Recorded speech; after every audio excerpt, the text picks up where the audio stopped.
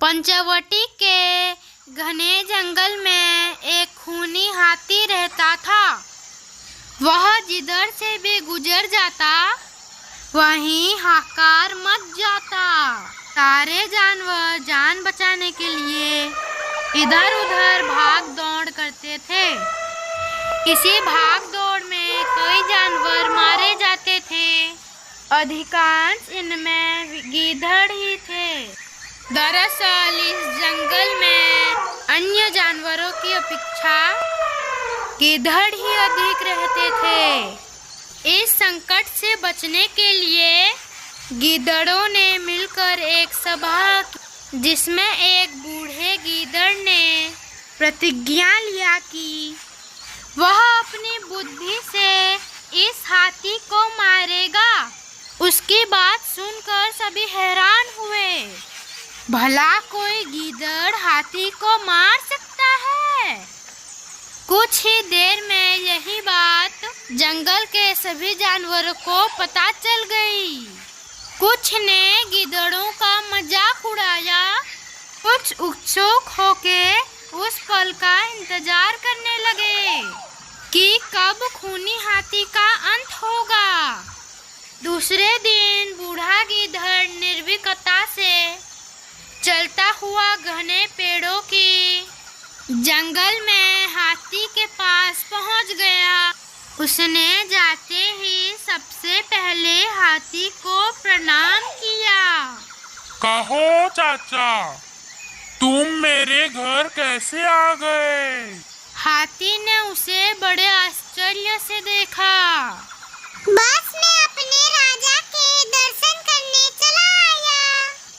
क्या तुम हमें राजा मानते हो? आप तो हैं ही राजा। मानने या ना मानने वाली बात कहाँ से आ गई? वैसे भी कल जंगल के जानवरों की एक सभा हुई थी। उन सबने ही एक प्रस्ताव पास करके मुझे आपके पास भेजा है।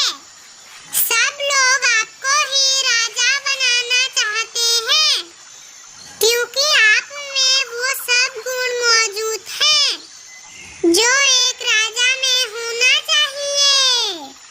मैं तो आपसे यही प्रार्थना करूंगा कि आप हमारे राजा बन जाएं।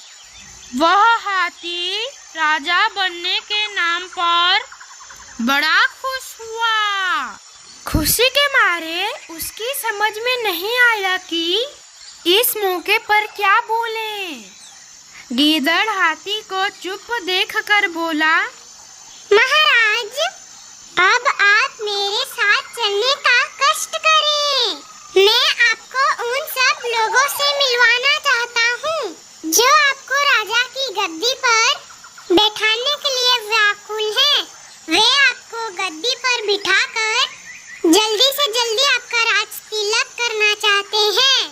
गीदड़ की बात सुनकर हाथी खुशी से उछल पड़ा।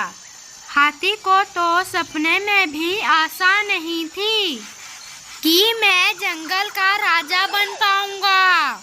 वह मूर्ख बिना सोचे समझे उसी समय गीदड़ के साथ चलने के लिए तैयार हो गया। उसने यह भी नहीं सोचा कि यह गीदड़ उसे राजा बनाने के लिए उसके घर तक क्यों आया। उधर बूढ़ा गीदड़ मन ही मन में खुश था कि हाथी उसकी चाल में फंस गया। दोनों चल पड़े।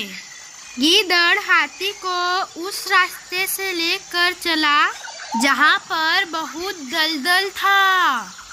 हाथी राजा बनने के नशे में अंधा हो गया था। उसे पता ही नहीं कि वह किधर जा रहा है। जब उसका पाँव दलदल में पड़ा तो वह हड़बड़ा गया। इस हड़बड़ाहट में हाथी और धंस गया। तब कहीं जाकर उसकी समझ में आया कि वह दलदल में फंस गया है। उसने पीछे हटना चाहा, मगर तब तक देर हो चुकी थी। हाथी की भारी भरकम शरीर भीतर धंसता जा रहा था। उसने घबराकर गीदड़ की तरफ देखा तो गीदड़ मुस्कुरा रहा था। उसकी मुस्कुराहट से हाथी समझ गया कि उसके साथ चाल खेली गई है, मगर वह अब कर भी क्या सकता था। उसकी भारी शरीर तेजी से दलदल में धंसता जा रहा था। आखिर में हाथी का मौत हो गया। अगर आपको ये कहानी अच्छी लगी तो लाइक, सब्सक्राइब एंड शेयर कर दीजिएगा।